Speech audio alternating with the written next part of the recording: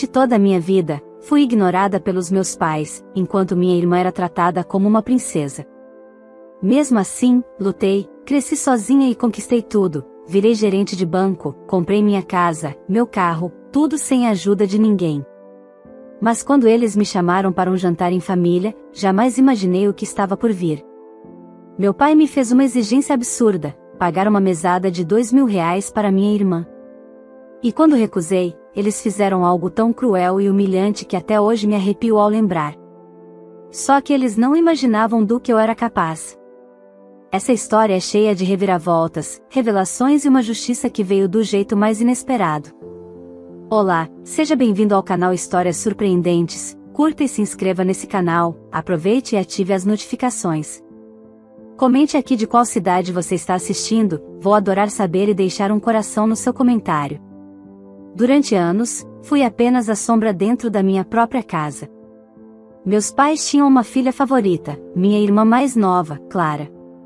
Enquanto ela era tratada como uma princesa, eu era criada invisível.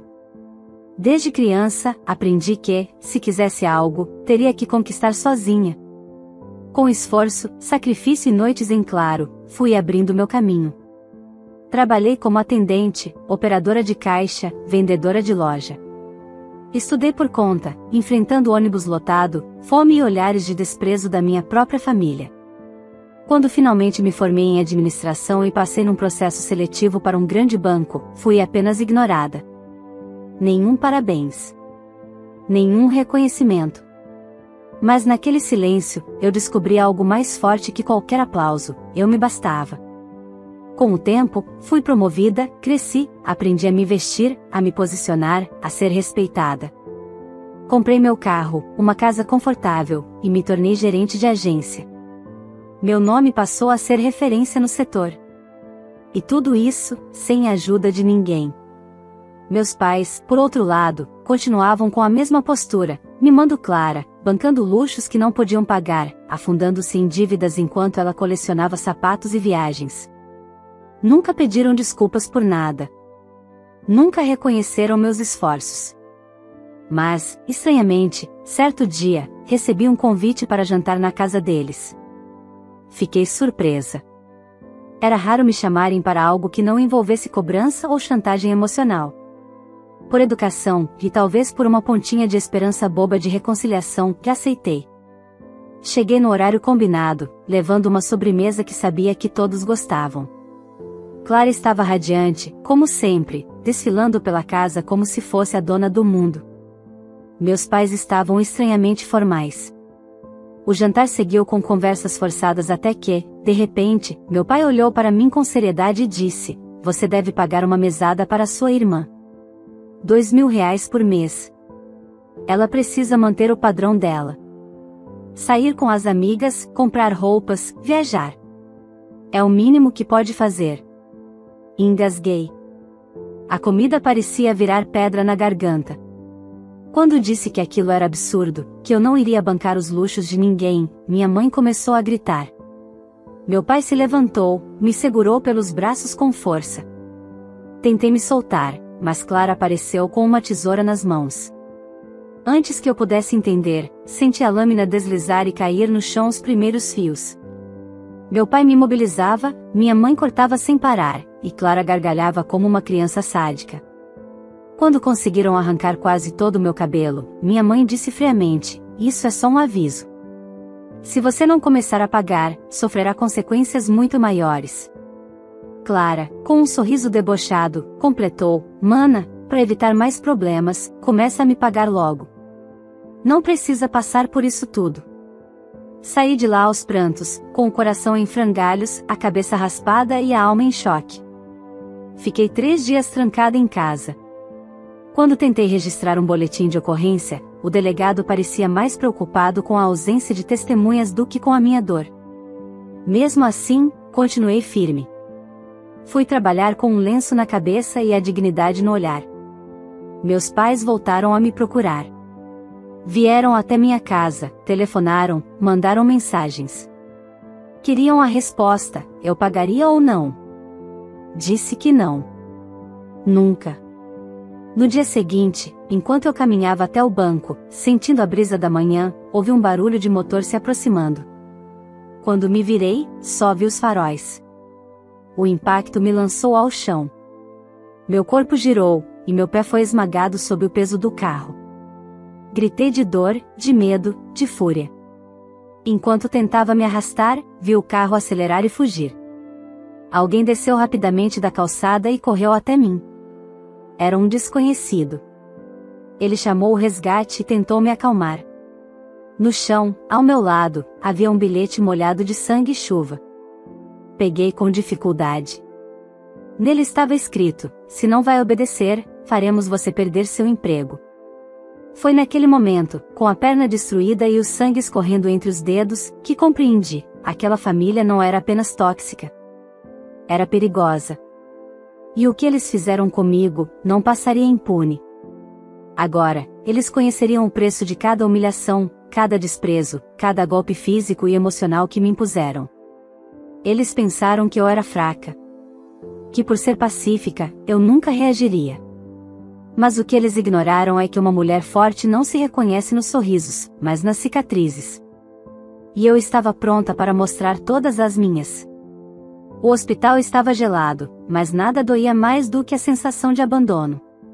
Enquanto médicos e enfermeiros corriam de um lado para o outro, eu permanecia imóvel, com o pé imobilizado, o rosto machucado e a cabeça coberta por um lenço improvisado. Nenhum parente apareceu. Nenhum telefonema. Meus pais sabiam o que tinham feito, sabiam exatamente o que tinham causado, e não demonstraram um pingo de remorso. Aquilo não era mais só sobre dinheiro. Era sobre controle. Eles não suportavam o fato de que eu havia vencido sozinha, e pior ainda, que podia continuar vencendo sem eles.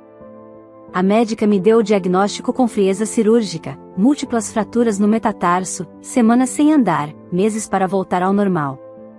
Minha primeira preocupação? O banco. Eu havia lutado tanto para alcançar aquele cargo, e agora isso? Uma possível licença, redução de ritmo, olhares de pena dos colegas. Não podia permitir que isso acontecesse. Liguei para meu chefe direto, Henrique, tentando soar firme mesmo com a voz trêmula. Foi um acidente, disse, omitindo a verdade. Mas quero continuar trabalhando de casa enquanto me recupero. Posso entregar os relatórios, coordenar a equipe por chamada, manter tudo fluindo. Henrique, surpreso com minha determinação, concordou. Ele sempre soube da minha ética. Mas por dentro, eu sentia como se estivesse prestes a despencar. A dor física era intensa, mas era a dor emocional que me consumia por completo. Naquela noite, enquanto a morfina me levava lentamente para o sono, recebi uma mensagem. Era da Clara. Viu o que acontece quando tenta ser melhor do que a sua família? Pensa bem da próxima vez. Beijos, mana. Senti o estômago revirar. Aquela garota, com aquele tom debochado, me fazia lembrar de todos os momentos em que fui silenciada para que ela brilhasse. Os aniversários em que meus pais esqueciam de mim, mas faziam festas de princesa para ela. Os boletins que eu levava com notas impecáveis, enquanto ela mal passava de ano e mesmo assim era recompensada com presentes caros. Eu havia me iludido achando que, ao me afastar, ao construir minha própria vida, isso tudo tinha acabado. Mas não. Eles não tinham aceitado minha liberdade. Queriam me puxar de volta para a coleira. Fiquei 3 dias no hospital. No último dia, a assistente social apareceu com um olhar desconfiado. Disse que o hospital havia sido obrigado a comunicar à polícia por se tratar de um atropelamento com evidências de tentativa de homicídio. Mostrou o boletim de ocorrência aberto por terceiros, já que eu havia chegado desacordada com bilhete em mãos. Um policial militar me visitou discretamente e fez algumas perguntas básicas. Mais uma vez, não contei toda a verdade. Ainda não. A senhora tem ideia de quem possa ter feito isso? Não. Estava distraída. Não vi quem dirigia. Mas eu sabia. Deus, como eu sabia. O carro era do meu pai. O bilhete tinha a letra da minha mãe. E a mensagem da Clara era a confissão mais descarada de todas. Saí do hospital de cadeira de rodas. Uma amiga de longa data, Sabrina, foi me buscar. Diferente da minha família, ela nunca me deixou de lado. Me ajudou a adaptar a casa, preparou comida, colocou flores na minha sala. Eu, que sempre fui de não incomodar ninguém, finalmente me permiti aceitar ajuda. Porque agora, eu precisava estar inteira para o que viria. Na semana seguinte, continuei trabalhando remotamente, silenciosamente, como se nada tivesse acontecido. Enquanto isso, pedi para Sabrina me acompanhar a um cartório. Comecei a registrar tudo: a agressão durante o jantar, a mutilação do meu cabelo, a tentativa de homicídio, a mensagem da minha irmã. Imprimi prints, guardei recibos, organizei cada evidência em pastas nomeadas com datas e horários. Fui atrás de câmeras da rua onde fui atropelada. Uma loja de conveniência tinha uma câmera que captava parte da avenida. Pedi com jeitinho ao dono, alegando que eu era vítima do atropelamento. Ele liberou.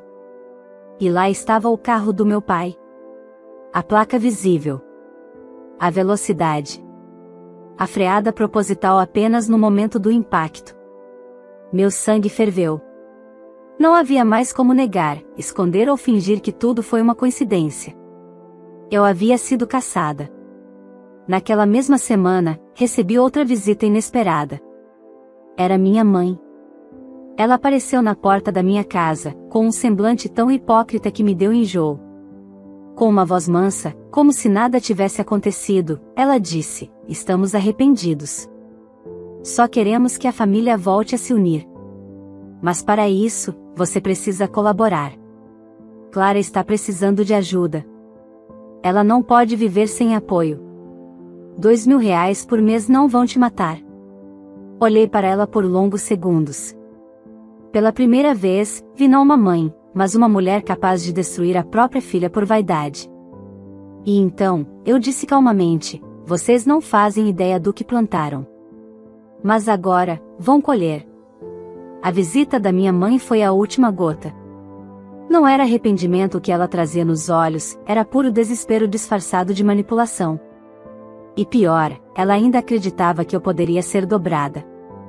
Como se todo o sofrimento que haviam me causado não tivesse deixado marcas. Como se ainda me vissem como aquela jovem frágil que um dia mendigava amor naquela casa. Mas aquela versão minha havia morrido no asfalto, junto com minha ingenuidade. Na manhã seguinte, com a pasta de provas nas mãos, fui à delegacia. Pedi para falar com o delegado responsável pelo caso do atropelamento. Quando entrei na sala e abri minha pasta sobre a mesa, senti algo que há muito não experimentava: controle. Comecei pelas imagens da câmera da loja. A placa do carro era visível, o momento do impacto claro. Depois, entreguei os prints da mensagem da Clara, o bilhete que encontrei no chão, o laudo médico com a gravidade das fraturas. E, por fim, mostrei as fotos do meu cabelo cortado à força e o relato escrito de tudo o que ocorreu no jantar. O delegado ouvia em silêncio, mas seu rosto mudava a cada novo documento. "Você tem alguma dúvida de quem cometeu o atropelamento?" Ele perguntou, direto. "Nenhuma. Foi o meu pai. E minha mãe e irmã sabiam de tudo." O delegado respirou fundo e se levantou. "Com base nas evidências, vou encaminhar o pedido de prisão preventiva ainda hoje. O Ministério Público não vai ignorar isso." Assinei os papéis com as mãos firmes. Ao sair da delegacia, senti um vento bater no rosto. Um vento diferente. Não era mais só o ar da rua, era liberdade. Eu finalmente tinha rompido os grilhões invisíveis que aquela família tinha colocado em mim por anos. No fim da tarde, recebi a ligação. "Senhorita, o mandado foi expedido. A prisão ocorrerá amanhã cedo." Dormir naquela noite foi estranho.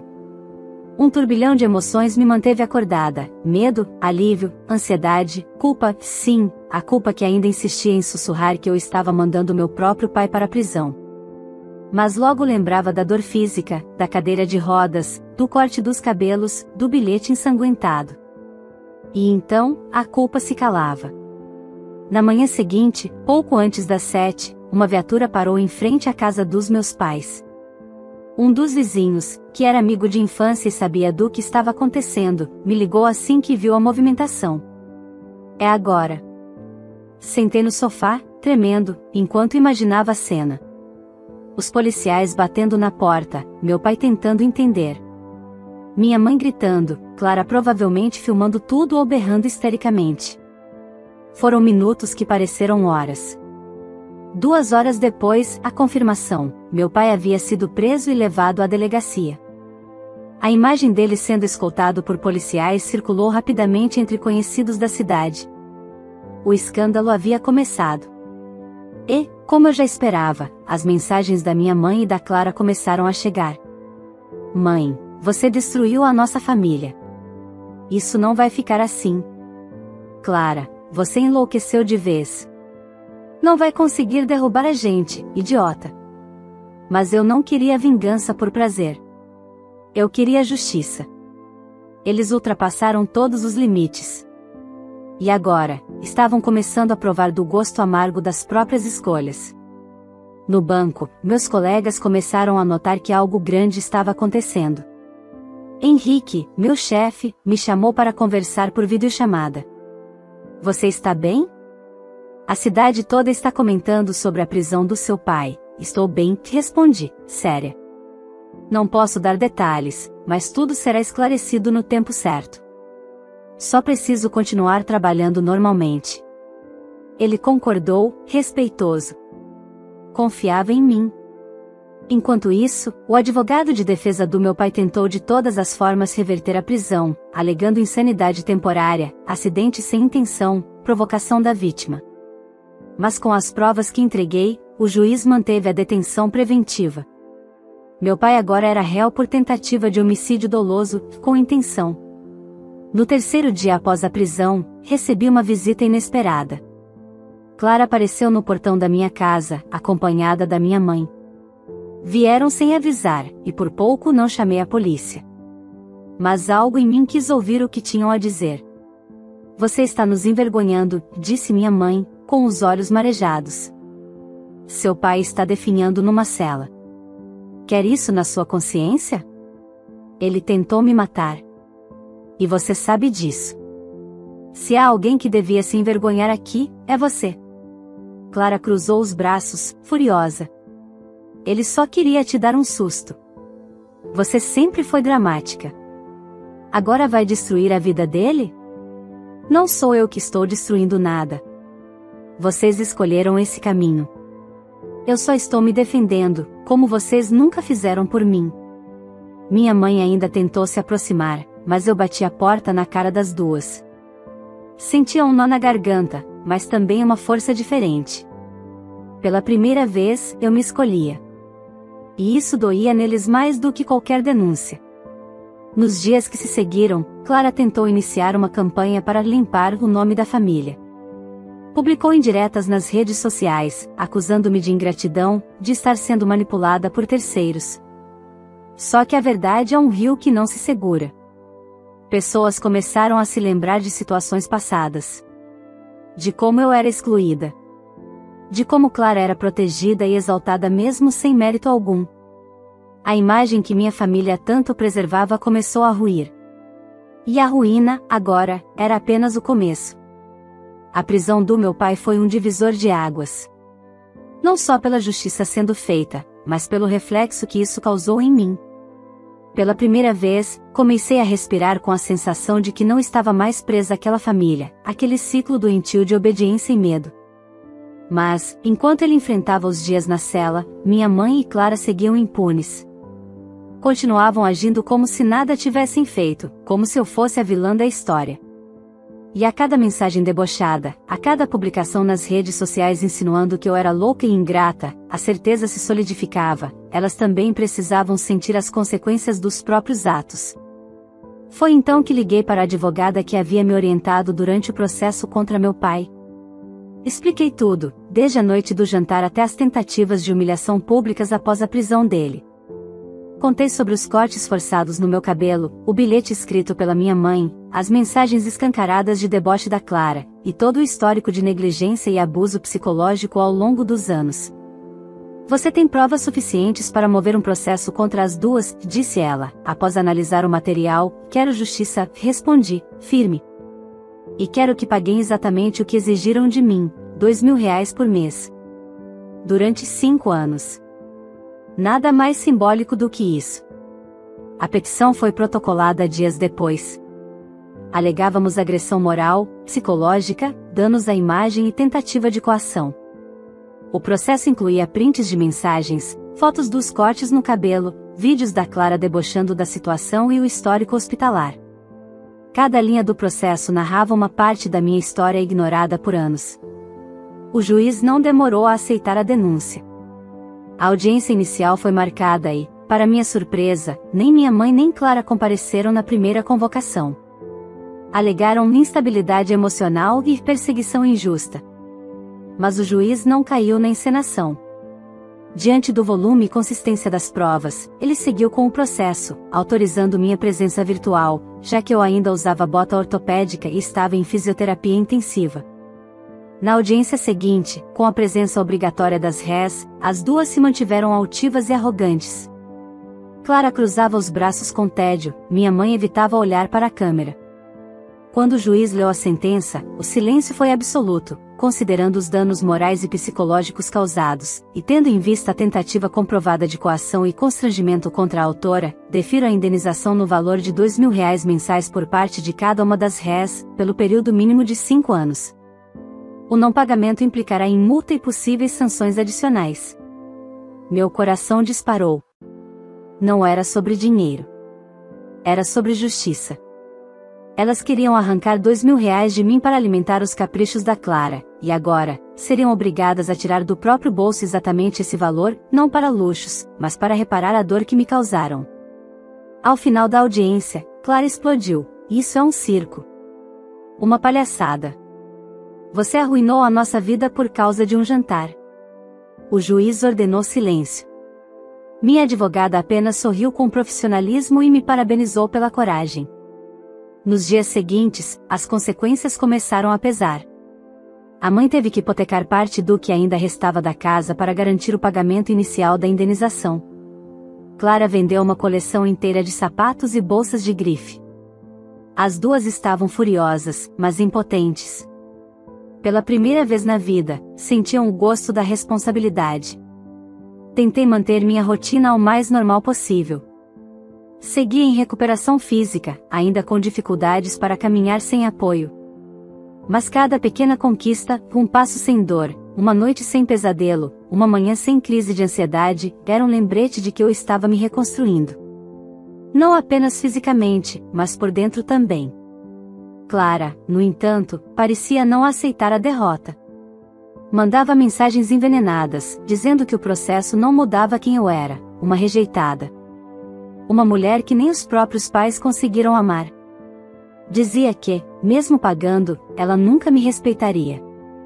Que o dinheiro era pouco comparado ao desprezo que sentia por mim. Mas eu não precisava do respeito dela.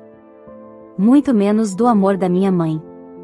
O que eu precisava, eu já havia conquistado, minha liberdade. E a liberdade tem um preço. Que agora elas estavam pagando, mês após mês. Mesmo assim, algo em mim ainda não estava resolvido. A ferida que eles deixaram não era superficial. Havia uma parte da minha alma que ainda carregava o peso de tudo, da infância negligenciada, dos anos de silêncio, da luta para ser vista. E foi pensando nisso que decidi procurar ajuda terapêutica. Se eu queria mesmo deixar esse passado para trás, precisava entender como não deixá-lo me dominar para sempre. Enquanto isso, a cidade comentava cada novo desdobramento. Alguns se espantavam. Outros, finalmente, enxergavam o que eu sempre soube: o favoritismo cega. A impunidade corrompe. E o amor, quando não é genuíno, vira arma. Clara e minha mãe agora caminhavam sob olhares de julgamento. O nome da nossa família, que antes era sinônimo de tradição, virou escândalo. E cada mês que o dinheiro caía na minha conta era menos sobre o valor, e mais sobre a lembrança. Elas não estavam acima da lei. Não estavam acima de mim. Mas mal sabiam que o maior impacto ainda estava por vir. À medida que os meses se passavam, a história deixava de ser apenas minha e passava a ecoar em todos os cantos da cidade. Colegas de trabalho, vizinhos, conhecidos de infância, todos comentavam. Algumas pessoas tentavam manter uma postura neutra, dizendo que era um assunto de família e que não se deveria tomar partido. Outras, no entanto, se revoltavam profundamente com o que descobriram. As imagens da audiência vazaram. Os registros da sentença circularam por grupos e redes sociais. Alguns portais locais divulgaram a história como um caso de abuso familiar que resultou em condenações inéditas. E, com isso, minha mãe e minha irmã passaram a andar nas ruas com vergonha no olhar. Não porque se arrependiam, mas porque, pela primeira vez, estavam sendo julgadas por outros além de mim. Foi nesse contexto que algo inesperado aconteceu. Numa noite chuvosa de sexta-feira, por volta das 10 da noite, minha mãe e Clara voltavam para casa após uma visita à casa de uma tia distante. Clara, como de costume, postou uma selfie dentro do carro, debochando. Alguns aprendem pela razão, outros pela dor. Nós seguimos belas, como sempre. A legenda mal escondia a provocação. Menos de uma hora depois, recebi uma ligação anônima. A voz do outro lado era feminina, decidida, mas calma. Elas entenderam agora o que você sentiu. A justiça das ruas chegou. Não se preocupe, ninguém se feriu, só devolveram a humilhação. Desligou antes que eu pudesse responder. Senti um frio na espinha. Abri o aplicativo de mensagens e logo começaram a chegar fotos e vídeos.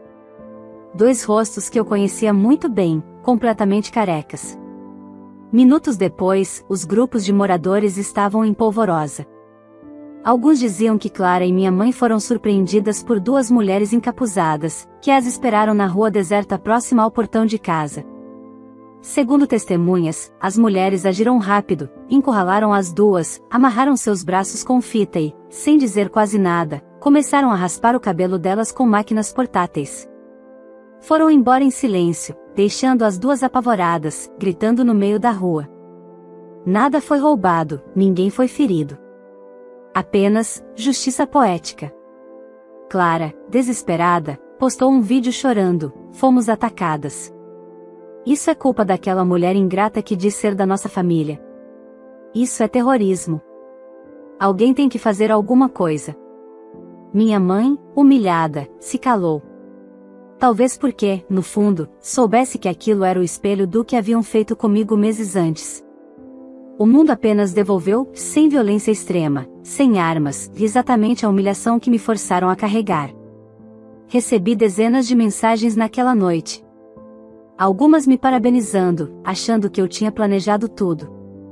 Outras pedindo que eu negasse qualquer envolvimento. Mas eu só respondi com a verdade, eu não sabia. E não precisei fazer nada. O que elas viveram foi o reflexo do que causaram. Claro que, no dia seguinte, as 2 registraram um boletim de ocorrência.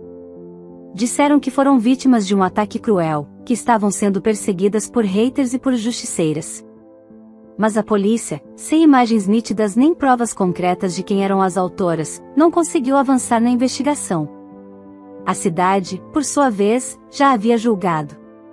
E o veredicto era claro: o que vai, volta. Minha mãe passou a andar de boné. Clara, de lenço na cabeça. Nenhuma das 2 saía mais de casa durante o dia. Os olhares nos supermercados, na farmácia, no salão de beleza, todos eram pesados. O isolamento que antes me impuseram, agora era o delas. E, por ironia do destino, enquanto elas lidavam com o constrangimento, ainda tinham que transferir mensalmente o valor da indenização determinada pela justiça. R$ 2.000, por cabeça. Mês após mês. Na minha casa, o clima era outro. Eu já havia retomado o trabalho presencial, mesmo ainda com limitações no andar. Cada passo era uma vitória. Minha autoestima, aos poucos, se reconstruía. Recuperei meu corte de cabelo, comecei a me vestir como queria novamente. Fiz novos amigos, me envolvi com pessoas que me admiravam pelo que eu era, e não pelo que podiam tirar de mim. Apesar de não compactuar com a forma como a justiça popular agiu, uma parte de mim entendeu o significado simbólico daquele ato. Raspar a cabeça da minha mãe e da Clara não era apenas uma vingança. Era a exposição do que haviam feito comigo, colocada à vista de todos. Era como se o universo dissesse: vocês sentirão na pele. Mesmo assim, mantive minha postura. Não publiquei nada, não provoquei, não comentei o ocorrido. Preferi seguir silenciosamente, deixando que o mundo assistisse à queda de máscaras que por anos esconderam quem minha família realmente era. Mas havia uma última verdade que eles ainda não sabiam. Algo que eu estava guardando para o momento certo. E esse momento estava prestes a chegar. O silêncio se tornou meu maior aliado. Enquanto minha mãe e Clara vagavam pelas ruas de cabeça raspada, envergonhadas e encurraladas pelas consequências, eu seguia em paz, sem precisar levantar a voz. A cidade já falava por mim. A justiça já havia agido. E o destino, com sua precisão implacável, estava apenas concluindo o que eles mesmos haviam começado. Mas havia uma última carta na manga. Algo que eu vinha mantendo em sigilo, esperando o momento certo. Porque justiça é boa, mas justiça com propósito é ainda melhor. 2 meses antes de tudo acontecer, antes do jantar, antes da tesoura, do bilhete e do atropelamento, fui procurada por uma empresa de tecnologia financeira interessada em abrir uma nova filial na minha cidade. Eles estavam analisando nomes de gerentes bancários com alta performance para liderar a operação. Meu nome surgiu no topo da lista. Participei de entrevistas sigilosas, enviei relatórios de performance, coordenei simulações.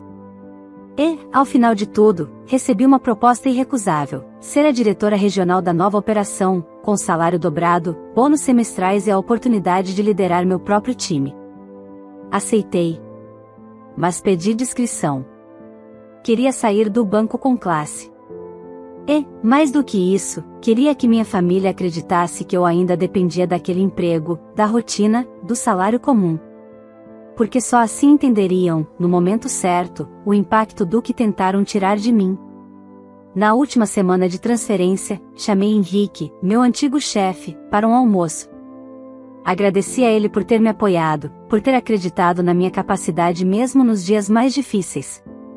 Ele sorriu, orgulhoso. Eu sabia que você iria longe. Só não imaginava que tão rápido.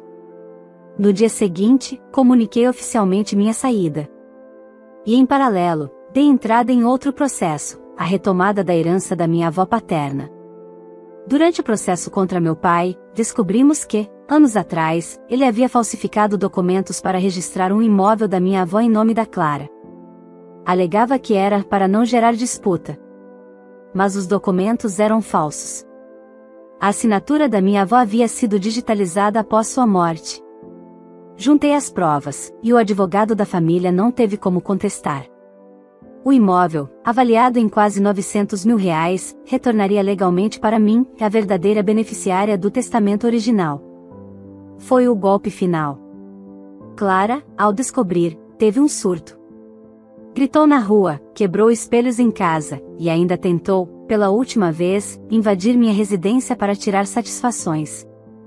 Mas, diferentemente do passado, eu não estava mais sozinha. Liguei para a polícia imediatamente. Em minutos, uma viatura chegou. Clara foi levada por desacato, perturbação e ameaça. Foi solta horas depois, mas o recado estava dado: minha casa não era mais lugar para chantagens. Minha mãe, sem forças, ligou dias depois. A voz do outro lado da linha parecia vazia. A gente errou. A gente se perdeu. Mas, não era para terminar assim. Respirei fundo. Não havia raiva em mim. Apenas um cansaço antigo e uma clareza que nunca tive antes. Terminou como precisava terminar.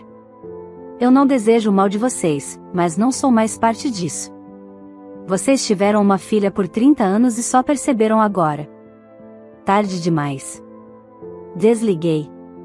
A nova empresa inaugurou com festa.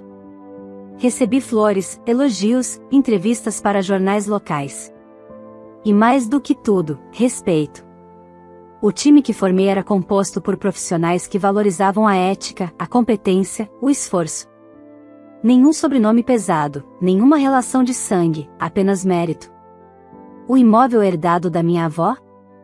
Reformei por completo.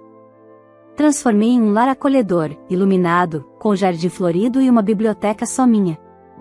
Um símbolo de que, mesmo as raízes envenenadas, podem florescer se o solo for replantado com amor. As transferências mensais de Clara e da minha mãe seguiam pontualmente. R$ 2.000 de cada uma. 5 anos. 60 meses. Um lembrete constante, mês a mês, de que elas tentaram me dominar, e perderam tudo no processo. Um dia, andando pelas ruas da cidade, encontrei uma antiga professora do ensino médio. Ela me olhou surpresa, sorriu e disse: "Você sempre foi silenciosa. Mas agora vejo que, mesmo em silêncio, você construiu uma fortaleza. Parabéns." Sorri de volta. Porque ela estava certa. Eu não precisei gritar, implorar ou me vingar com crueldade. Bastou agir com firmeza, deixar que cada passo refletisse minha verdade. E permitir que aqueles que me machucaram provassem do sabor amargo do próprio veneno. Aquela garotinha que um dia chorou escondida no quarto porque o bolo de aniversário foi trocado pelo da irmã, agora era diretora, herdeira, dona da própria história. E, finalmente, livre. Porque justiça não é sobre destruir o outro. É sobre recuperar a si mesma. Se essa história te emocionou, não esqueça de curtir o vídeo, isso nos ajuda a continuar trazendo histórias reais e impactantes como essa. Inscreva-se no canal e ative o sininho para não perder nenhum conteúdo novo. E agora eu quero saber, você teria coragem de fazer o mesmo que a filha fez? Enfrentar a própria família e lutar por justiça, mesmo diante de tanto sofrimento? Comenta aqui embaixo o que você faria no lugar dela. E aproveita para me contar de qual cidade você está assistindo esse vídeo, porque eu quero passar nos comentários e deixar um coração especial no seu nome. Não esquece também de compartilhar esse vídeo com alguém que precisa escutar essa história. Às vezes, tudo que uma pessoa precisa é saber que não está sozinha, que existe força mesmo em meio à dor. A sua interação é muito importante para que essa mensagem alcance ainda mais pessoas. Nos vemos nos comentários.